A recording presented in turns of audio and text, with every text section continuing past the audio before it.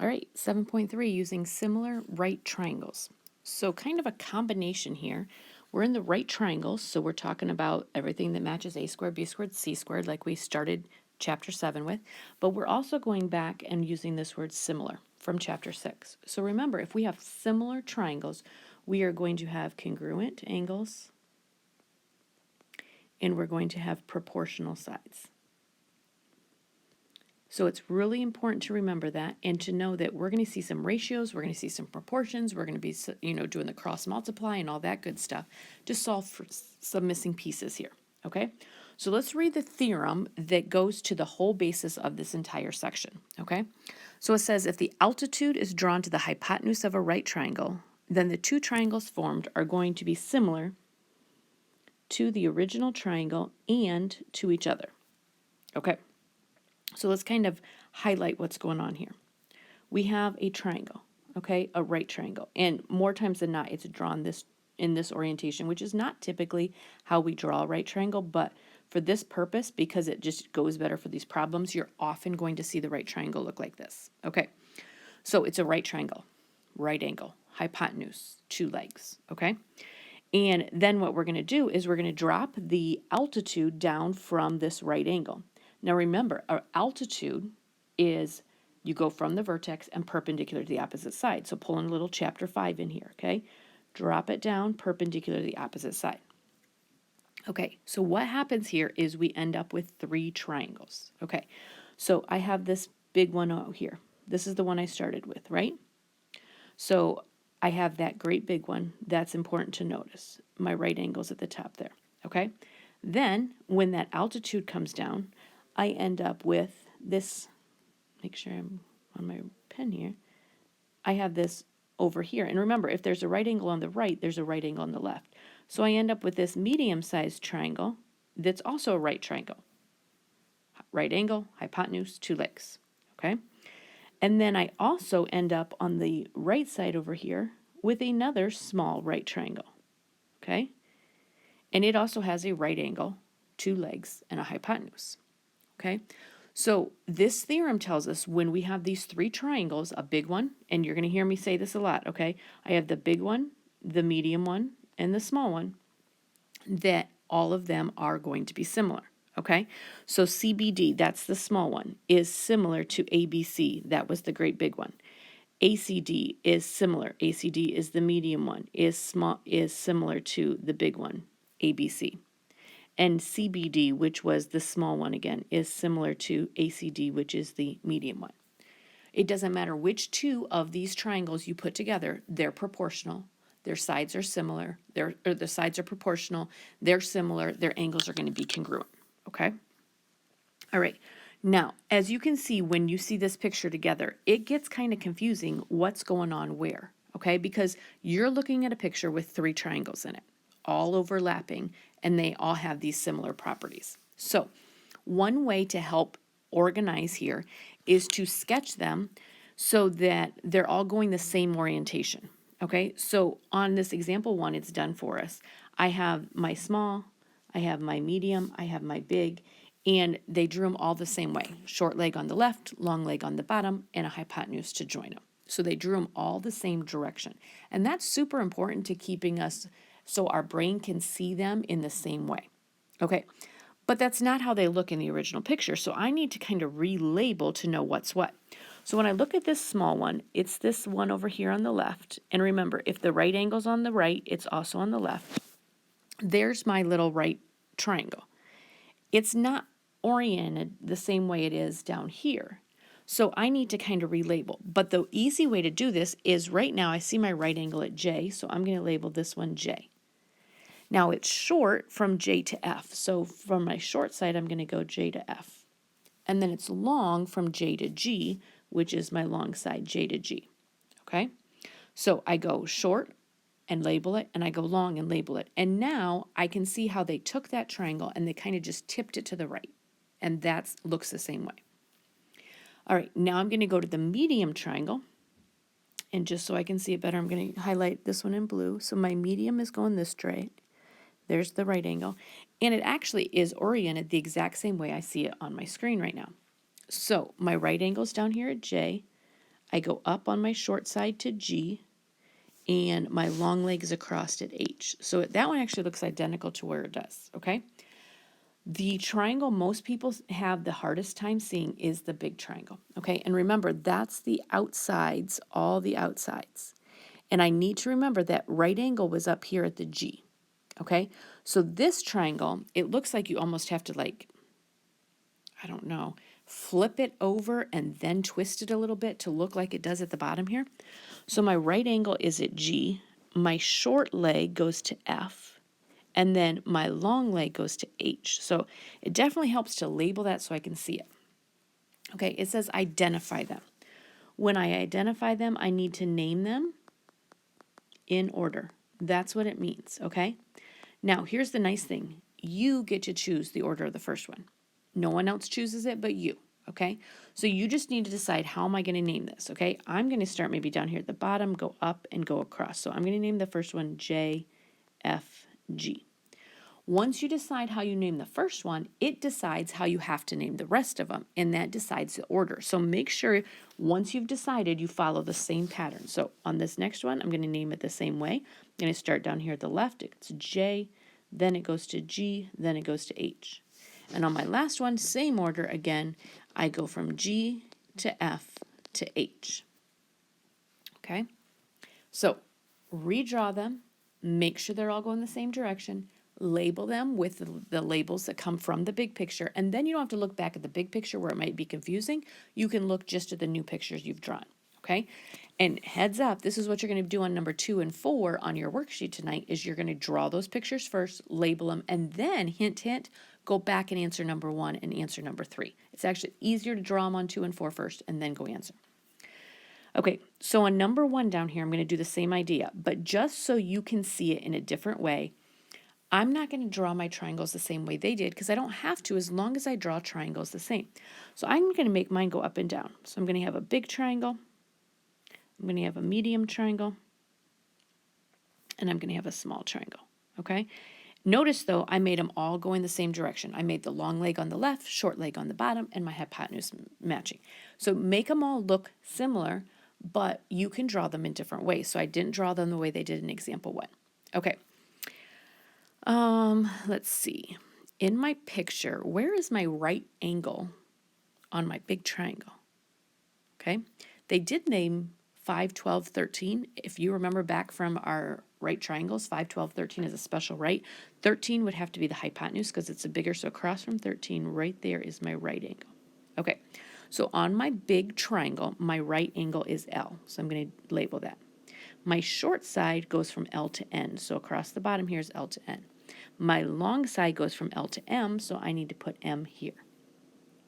Okay, I'm going to my medium triangle next, so this is the one kind of on the right hand. My right angle is at P. Its short leg goes to L. Oops, I need to put L there. Its long leg goes to M, so I get that one. And on my small triangle, the one there on the left, you make sure you know your right angles. They're still at P. So my right angle's at P. My short leg here is to N, and my long leg going up is L. Okay? So I redraw them all the same orientation. I label them all with the labels that come from the picture.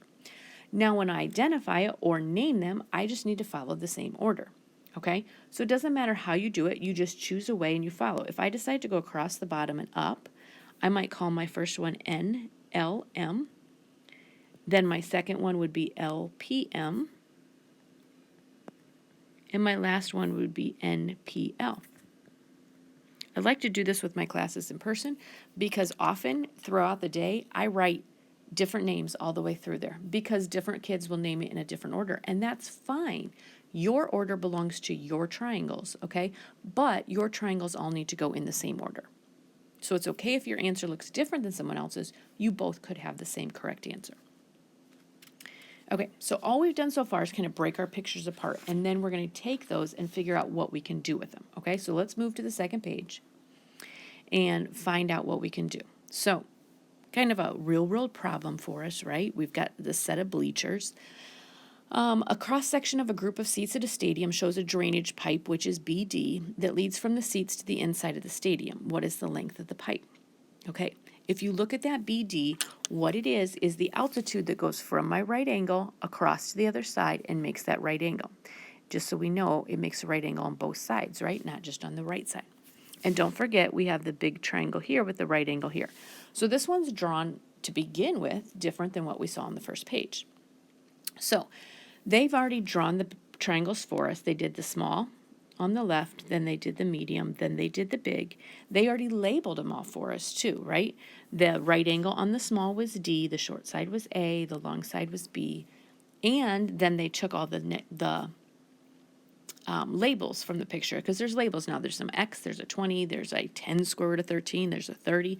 So they labeled all of our triangles as well. Now, is that done for you on all your homework or tests and quizzes? No. But you can do that by what we learned on the first page. Okay, we need to identify, so we need to name them. Your choice, what order? This time, I'm going to go this way, just so you can see I can do a different one. So if I name the first one the badge triangle, BAT, then the next one has to follow the same order, so I might call it CBD. And, wow, bad CBD, right? All right, and the last one, cab. Sounds like a horror ride, right? The bad CBD cab. All right, that's what we get when we follow that same order, okay? Now, we want to solve for x. So this time we drew out the picture, and I can see that I have x over here on the small, and I have x over here on the medium. I need to choose one of those triangles to work with, okay? So when we start doing problems where the book doesn't set them up for us, I'm going to ask you often, well, where's the x at? What triangle? The small triangle, the medium triangle, or the big triangle, okay? Now, we have to actually use what the book started us out with, because it's just going to be easier on these notes. So, by the way, the variable is almost always on two different triangles. I think it is on two different triangles every time. I don't think you can possibly have it on just one triangle. So, right now, because of how the book is starting this out, I think we're going to end up using the medium triangle and the big triangle. And just so you know, this big triangle is really good to use because I have actual number values on every side, which means I can set up a proportion and I know I'm going to have a value, okay? So we're going to do the medium triangle and we're going to do the big triangle. Okay, now something that I'm going to use a lot here is every time we see a right triangle, okay, there's a hypotenuse.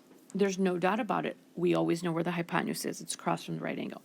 And on almost every one of these, we have a short leg and we have a long leg, if you follow what I'm saying there, okay? So I have a long leg and I have a short leg. Whoops, not what I wanted there. And you're going to hear me use this, and don't forget this is the, wow, this is the hypotenuse. You're going to hear me use these words over and over, so that as long as you're kind of following where I'm getting these from, it helps to organize us, okay? So when we have three triangles, we choose two of them, in this case the medium and the big, and then we need to choose two sides off of those, okay? I look at my medium triangle, and BD is my X, and that looks like it's the short leg. So that's important to know. I'm talking about a short leg. And then on my big triangle, I also have, oh, no, I need to go back to the medium. I have a short leg, and then I look at my medium triangle. I need a number somewhere. There's only one other number, and it comes from the hypotenuse. So that kind of decides for me what I need to use. So on my medium triangle, my short leg is BD, and my hypotenuse is BC, which means on my big triangle, I need to use the short leg, which is AB, and the hypotenuse, which is AC. Now, we've been in geometry for a few chapters. You understand I don't often make you write down these names, but you need to know where these numbers are coming from. So remember, I'm looking at short leg over hypotenuse on the medium and the big. So on the short leg on the medium, I have a value of X. The hypotenuse on the medium has a value of 30. The short leg on the big triangle has a value of 20, and the hypotenuse on the big triangle has a value of 10 square root of 13. Okay, so I have values for everything but x, which is great. It's a proportion. We solve these in Chapter 6. We cross multiply and divide. So I cross multiply my extremes. 10 radical 13 times x is 10 radical 13x. Multiply my means, 20 times 30, that's 600. I need to solve for x. Okay, how do I do that? I divide by 10 radical 13. So just a quick reminder. So it's 600 divided by 10 square root of 13. If you do not know how to type this in a calculator correctly, you are going to get a very wrong answer, okay? So it is so important to know how to type this in a calculator, okay? Make sure when you do 600, okay, when you do divide, you're going to get 10. Actually, I want you to put a parenthesis there. Divide by 10, parenthesis 10, you type in the square root of 13. It gives you a parenthesis, close it, and then close it one more time, okay? So I'm typing in 600 divided by, I put a parenthesis because I need that 10 and that 13, square root of 13, to be grouped together. And then I hit equals. And I get about 16.6. Okay. By the way, if you forget to do that, okay, I'm just going to tell you right now what you get. My calculator tells me my answer is 216. There's a little difference between 216 and 16.6. So if you forget those parentheses, that's big. The other option, if you're scared to do this, or you have a calculator that works different than the ones in our classroom, right here, don't be afraid to just type in 10 square root of 13 on your calculator first. It's about 36.1-ish or something. And then do 600 divided by that 36.1. And you'll get that 16.6 we're looking for, okay? So I just want to give you the heads up that if you ever divide by a radical like that, you have to group it in parentheses, or you have to turn it into a decimal, or the calculator will not follow the correct order of operations, okay? And I'll tell you what, the calculator is doing exactly what it's programmed to do, but it doesn't know that you want to multiply by that whole chunk unless you put a parenthesis around it. All right, so we used a proportion there to solve for that. So let's look at number 2. It says identify these similar triangles and then find the value of x. So just like we did on the last triangle, set of triangles, okay, I'm going to do a small, I'm going to do a medium, and I'm going to do a big, okay, all of them drawn the same way. So on my small triangle, my right angle is over here, F is at the right angle, my short leg is G, my long leg is D, okay. In my medium triangle, F is at my right angle, my short leg is D, and my long leg is E. And on my big triangle, my right angle is D, the short leg is G, and my long leg is E. Okay, so there's my triangles. DG is 6, so I have a DG here at 6, I have a DG here at 6. It's on 2 different triangles. X is on FD, so FD gets an X and FD gets an X. 8 is on DE, so DE is 8 on this hypotenuse, and this one gets the leg. And then 10 goes to GE. It's only on 1 triangle there. That whole length is only on 1. All right, so now we have to solve for x. So remember, you need to find a triangle that x is on. And it looks like x is on my small triangle and my medium triangle. If I look at my big triangle, I notice that I have all the numbers on there. So I kind of like the idea of using my big one because I know all the values with one of the other ones. And it doesn't matter which one I do, okay? So if you want to do small and big, we can do small and big. On my small, x that I'm looking for is my long leg. I also know on my small the hypotenuse. So I need to use that to kind of guide my problem, because if I choose the short leg, I don't have anything to plug in for it. So I'm going to choose the 2 sides that actually have some values on there. So my long leg was x, my hypotenuse was 6. So I go to my big triangle. Its long leg down there is 8, and its hypotenuse over there is 10. Okay, there's my setup. I'm ready to go. So I cross multiply, I get 10x equals 48, and x equals 4.8. Okay? Now, I just want to make sure you understand that there's choices to make, and there's not always wrong choices as long as you follow through the right thing. What if you decided you wanted to do the medium and the big? Because that's what you looked at. Okay, that's fine. So on my medium, I look, and my x is my short leg. Okay? And it looks like my hypotenuse is 8. So those are the 2 I'm going to work with when I work with my medium. So the short leg was x, my hypotenuse was 8. So I go to my big triangle, which I notice has all its numbers. Its short leg is 6, and its hypotenuse is 10. I'm good to go. I cross multiply. I get 10x equals 48, and I find out that x equals 4.8. I get the same answer, and I use different triangles, okay? What I want you to know from this is you can always choose your own, okay? It doesn't need to worry, okay? One other thing I want to do kind of as something here. Nope, I'm going to skip it. I'm going to come back to it and do this with a different example, okay? So when you can always redraw those triangles, and you can find those and make sure you choose your short leg, your long leg, your hypotenuse, whichever one you want to work with. Okay, page 3 of our notes. And you'll notice here, I still have a right triangle. I still have the altitude forming 2 more right triangles, and I am trying to solve for y. The one thing I want you to notice is there's not very many labels on this, okay? So you can always start the problem by redrawing your 3 triangles. I'm never going to stop you from doing that, okay? Some of you are like, that's a lot of work, I don't want to do it. I'm going to be honest, I don't do it all the time. So it's okay if you don't want to redraw it, but you need to have an organization, okay? So what I always want you to do is you need to choose small, medium, and big on your triangles. You need to choose short leg, long leg, and hypotenuse, and you need 2 from this list to go with 2 from this list. That's the key here, is you need to choose. So I have this picture. I'd rather not redraw it. That's okay, but you need to be careful. So I look at y. Well, where is y? It's right here. So the question I'm going to ask you for y is it on the small triangle, the medium triangle, or the big triangle? Okay, you're telling me it's on the small triangle. Okay, so I'm going to write down small. Okay, what is the small? On the small triangle, what is y?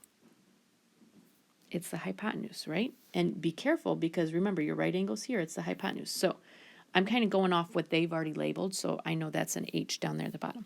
What other side is labeled on the small triangle? The short leg or the long leg? The short leg, okay? So I'm going to put that as my guide. Small triangle has a hypotenuse and a short leg. The hypotenuse is y, the short leg is 4. Okay, we have half of our proportion filled out. So I have 2 more triangles I have to check. So I'm looking at either the medium triangle or the big triangle, and whichever one I choose needs to have the short leg and the hypotenuse marked. Okay, so quick peek here, okay, at the medium triangle. Over here's the medium triangle. Do I know its short leg? There's no marking. Do I know its hypotenuse? There's no marking. That is not a good triangle to choose because I don't have the same information. So let's go to the big triangle, okay? I'm going to erase some of my stuff I've marked here. On the big triangle, so I'm looking at the whole thing. Do I know its short leg? It's y. Okay, that's silly that I have the same variable, but at least it's the same variable. So I could do that, right? And do I know its hypotenuse? Yeah, it's 15 over here. So I can go to the big because I have enough information. So its short leg is y and its hypotenuse is 15. I have a proportion.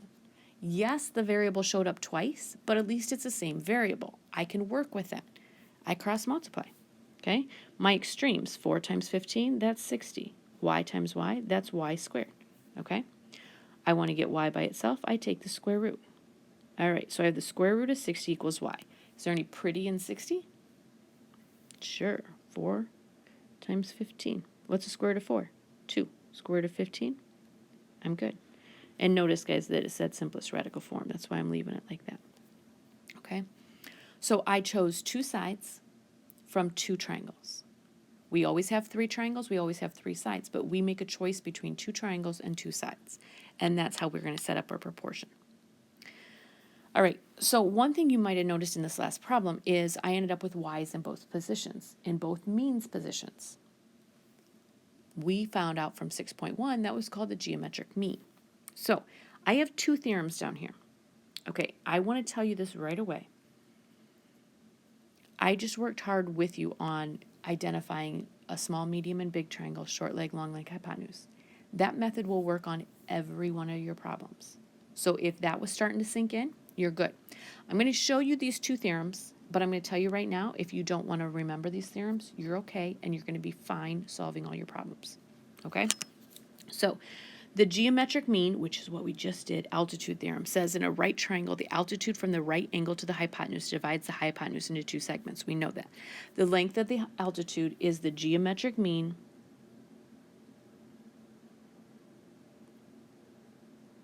of the lengths of the two segments, okay?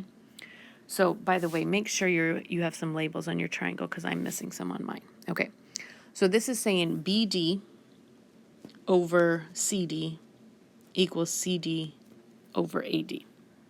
So this side here is the geometric mean between this and this. And by the way, those are not equal. I didn't put congruent marks, okay? So it's not a bad thing to know, but I just want to kind of tell you this. This is kind of, if you like this, basically what it's saying is the split hypotenuse, okay, because that's what this long hypotenuse got split, right, over the altitude. I can't spell. Altitude, there we go, equals the altitude over the split hypotenuse. Okay, now, that's a lot more to remember. By the way, it ends up being the same thing as the long leg and the short leg on the medium triangle and the small triangle. Okay, so if you can follow from up there before, and I say choose two triangles, and you're like, I'm going to choose the medium and the small, and then the long leg and the short leg, you're going to still be able to do this exact same setup. Okay, so don't worry, it's nothing new. There's also a geometric mean theorem for the legs. In a right triangle, the altitude from the right angle to the hypotenuse divides the hypotenuse into two segments. Yep. The length of each leg of the right triangle is the geometric mean of the length of the hypotenuse and the segment of the hypotenuse that is adjacent to the leg. Okay.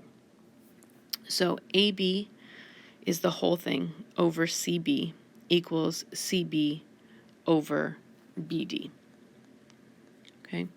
Or AB over AC equals AC over AD. Okay, I know, I kind of filled them in fast. Here's what it would be. So you could do the whole hypotenuse over the leg equals the same leg over the adjacent part of the hypotenuse. Okay? But let me tell you again. So let's say this is my, this is my leg, so this is the adjacent part, okay? So the whole hypotenuse, which is the hypotenuse of the big, okay, over the leg, which is the long leg on the big, is the same thing as this one, by the way, is the medium. The hypotenuse on the medium to the long leg on that. Or it can be the hypotenuse to the short leg of the big and the small. Okay? So basically, again, you don't have to memorize these. You can use our short leg, long leg, hypotenuse type of thing, and we're going to be fine.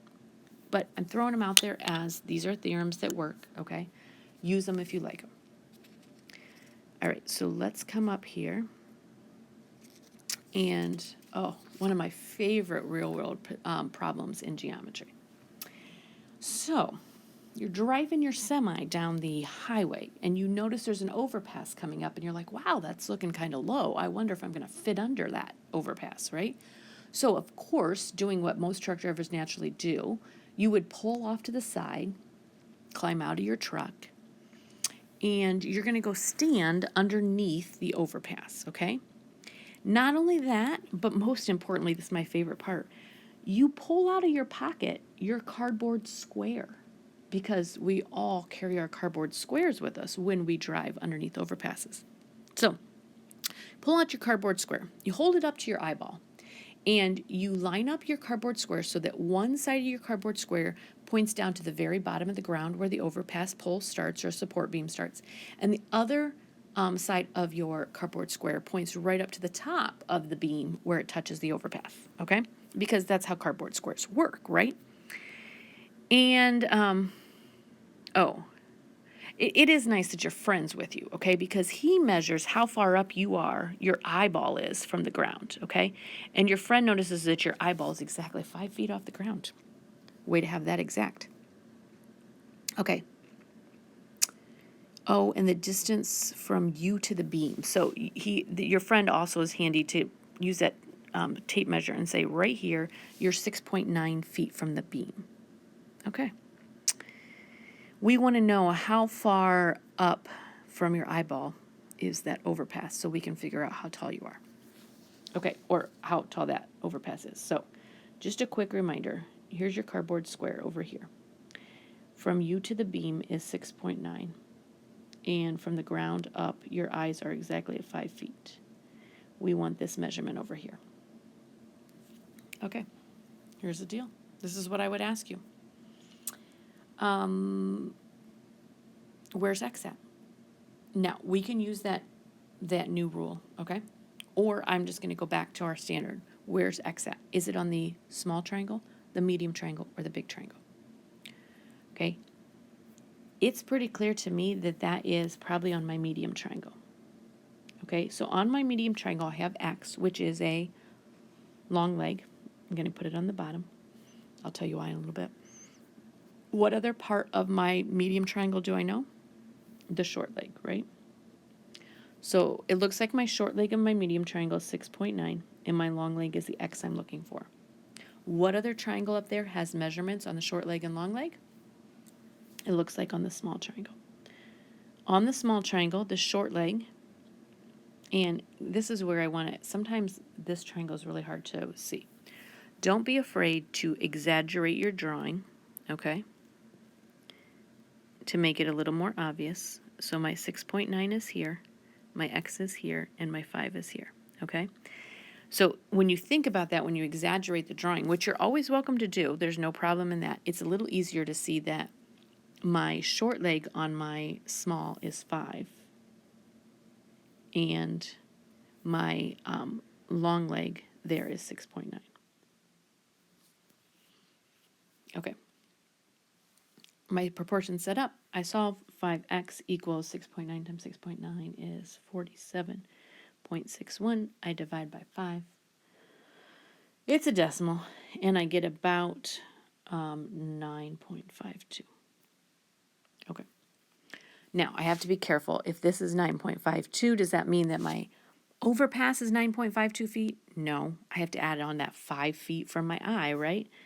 And I add that on, and it looks like I'm about 14.5 feet up in the air is that overpass. So now I have to decide with the load I have on, how high is my load? Can I drive under there? If I can, go ahead and drive under it, get back in the semi, drive away. If I'm higher than that, that's what's funny. You're on a highway. I don't know what your other option is. Can't really go reverse back to the last exit. So call somebody. I don't know. Good luck. Okay. Anyways, that's you have to laugh at the real life application of this, right? But that's where we're kind of going with this. Okay. Another way I can set this up, and I didn't do this. So we just learned a method that said the split hypotenuse over the altitude equals the altitude over the split hypotenuse, okay?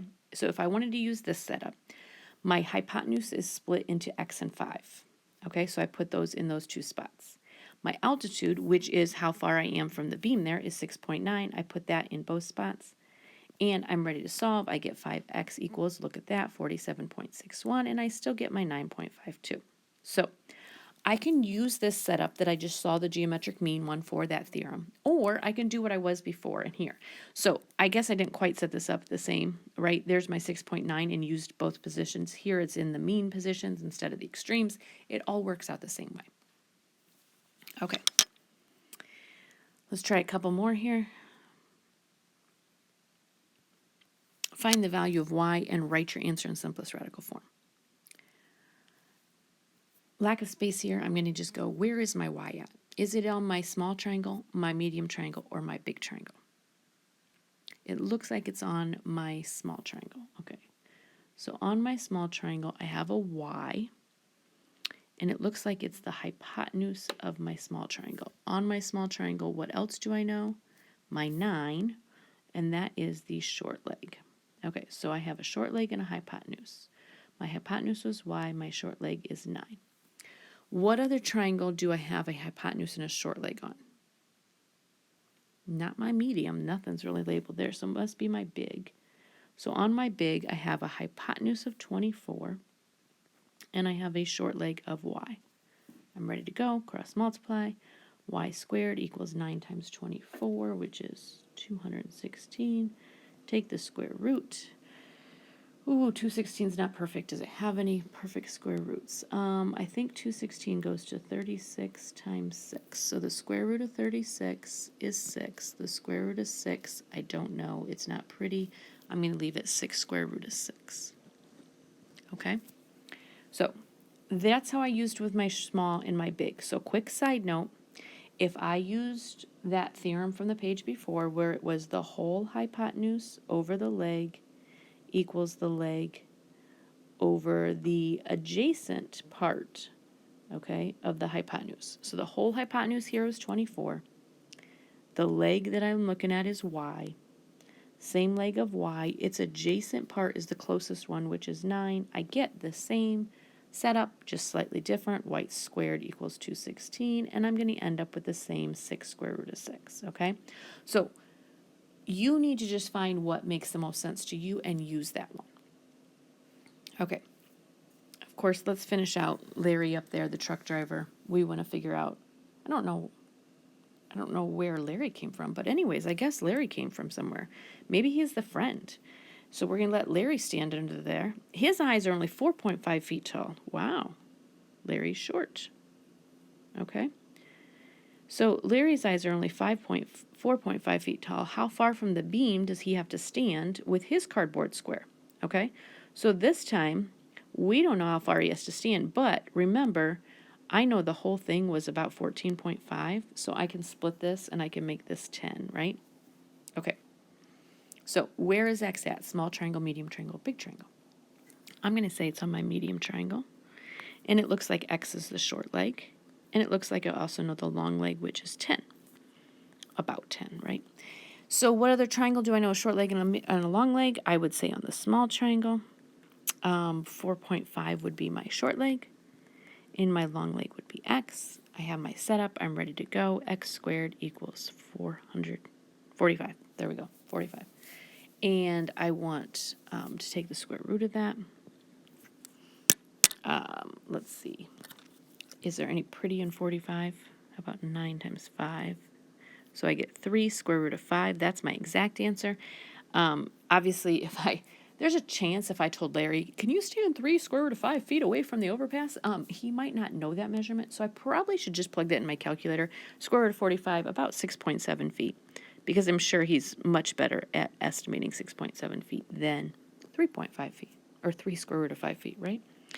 All right, so there's my distance, my X on that one. So, key thing, short legs, long legs, hypotenuse, small triangle, medium triangle, big triangle. That's what you're going to be working on your 7.3A worksheet tonight. Okay? So, work on your A worksheet. You're going to turn that into me. When you turn that into me, I'm going to release the answer key for that. And you're going to go back and check your answer key or your 7.3A worksheet. Hopefully, after you've practiced it, you've listened to me explain it again, then you can go try your 7.3B worksheet. I'm given 2 days to kind of absorb this and get better at it and practice it. But the key is, until you practice it, until you listen to the answers for it, until you go back over it, it's not going to sink in very well. So you owe me 2 straight days of practice on this, and good practice, which means I tried it, I went back through and found the answers to it, and then I try it again. Okay? Please email me if you have other questions.